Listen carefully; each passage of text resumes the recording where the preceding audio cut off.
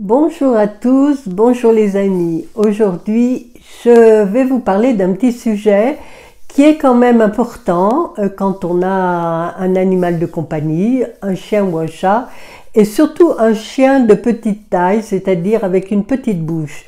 Je veux parler de la plaque dentaire. Vous êtes nombreux à me demander des conseils parce que quand on fait les choses de façon classique, on est obligé de passer par la case vétérinaire, ça d'accord, mais surtout ça implique une anesthésie générale pour faire le détartrage comme fait notre dentiste. Et souvent, en même temps que le vétérinaire vous nettoie les dents, il se rend compte qu'il y a des dents branlantes, donc il les arrache. Donc en général déjà, il y a une anesthésie générale qui n'est pas forcément très bonne pour la santé. Si on peut éviter, surtout, quelquefois d'ailleurs, votre vétérinaire en profite quand il y a une autre intervention pour faire les choses en même temps, si c'est possible. Bon, en tout cas, donc moi, je voulais vous proposer deux possibilités. Donc, c'est sans anesthésie. Vous faites ça à la maison pour nettoyer les dents de votre chien. Alors, c'est vrai qu'on remarque, et le chat éventuellement, surtout quand il est âgé, mais chez le chien, c'est surtout quand les chiens de petite race, de petite bouche. Pourquoi ils font plus de plaques dentaires que les chiens avec une grande gueule? Je ne sais pas. En tout cas, si vous avez des témoignages contraires, dites-le moi, parce que moi, jusqu'à maintenant, je n'ai trouvé cette question et ce problème de plaque dentaire que chez les petits chiens, de petite race. Donc, il y a deux possibilités naturelles qu'on peut faire à la maison. C'est soit avec du bicarbonate de soude, donc celui alimentaire de préférence, ou alors avec la baguette de Siwak, le bois de Siwak. Donc, comment on procède? Vous prenez du bicarbonate, du bicarbonate de soude. Là j'en ai un gros truc, mais bon, tout le monde connaît. Vous prenez un verre d'eau, vous trempez, en général c'est plutôt le petit doigt dans le verre d'eau, donc il est mouillé, et tout de suite après, vous trempez dans le bicarbonate. Donc, qu'est-ce qui se passe? Vous avez du bicarbonate sur le doigt. Donc, vous en profitez, vous soulevez la babine du chien ou du chat, et vous frottez en haut, en bas et des deux côtés. Et vous renouvelez si si le bicarbonate est resté justement. Vous ne rincez pas, vous laissez le bicarbonate travailler, il va manger la plaque dentaire.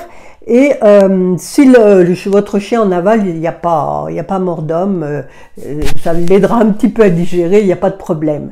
Surtout que c'est des quantités quand même assez peu, quoi.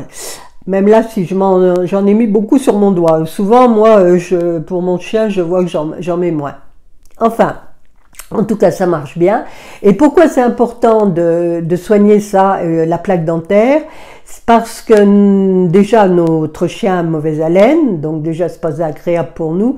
Mais ce fait de mauvaise haleine, ça veut dire que sur le tartre qui se dépose sur les dents, se développe des bactéries qui donnent cette mauvaise haleine. Et ces bactéries, si on ne fait rien, progressent le long du tube digestif et finit par les voies sanguines, capillaires et tout, arriver au cœur. Et ça peut créer des problèmes cardiaques sur du long terme. Je vous accorde, c'est pas du jour au lendemain, mais si on laisse la plaque dentaire s'installer, c'est vrai que ça n'est pas bon pour la santé, déjà en général, du chien et en particulier évidemment au niveau de la bouche, parce qu'après il y a des gingivites, déchaussement des dents, et localement forcément il y a des dommages qui sont créés. Donc vous avez ça, le bicarbonate, et si il y a beaucoup de plaques dentaires, vous le faites tous les jours jusqu'à ce que la plaque soit partie. Mais vous verrez, ça marche vite, ça marche assez vite. Et puis après, vous faites une fois par semaine, en fonction de la vitesse à laquelle votre chien peut reformer de la plaque dentaire, vous regardez de temps en temps, il suffit de soulever la babine, on n'est pas obligé de lui ouvrir la bouche, pas du tout. On soulève les babines et on frotte. Et donc vous soulevez la babine pour voir si les dents sont toujours bien blanches, et si vous voyez que ça commence un petit peu à reprendre un peu de couleur, ben vous recommencez. Donc voilà, il n'y a pas, bon, c'est pas douloureux, c'est pas, il peut être sur son fauteuil, dans son panier, enfin je veux dire, on n'est pas obligé de faire tout un cirque pour lui faire ça. Et autrement, vous avez également, qui est une très bonne, qu'on utilise pour nous bien sûr, et dans beaucoup de pays, ils utilisent ça comme brosse à dents. C'est un rameau de siwak.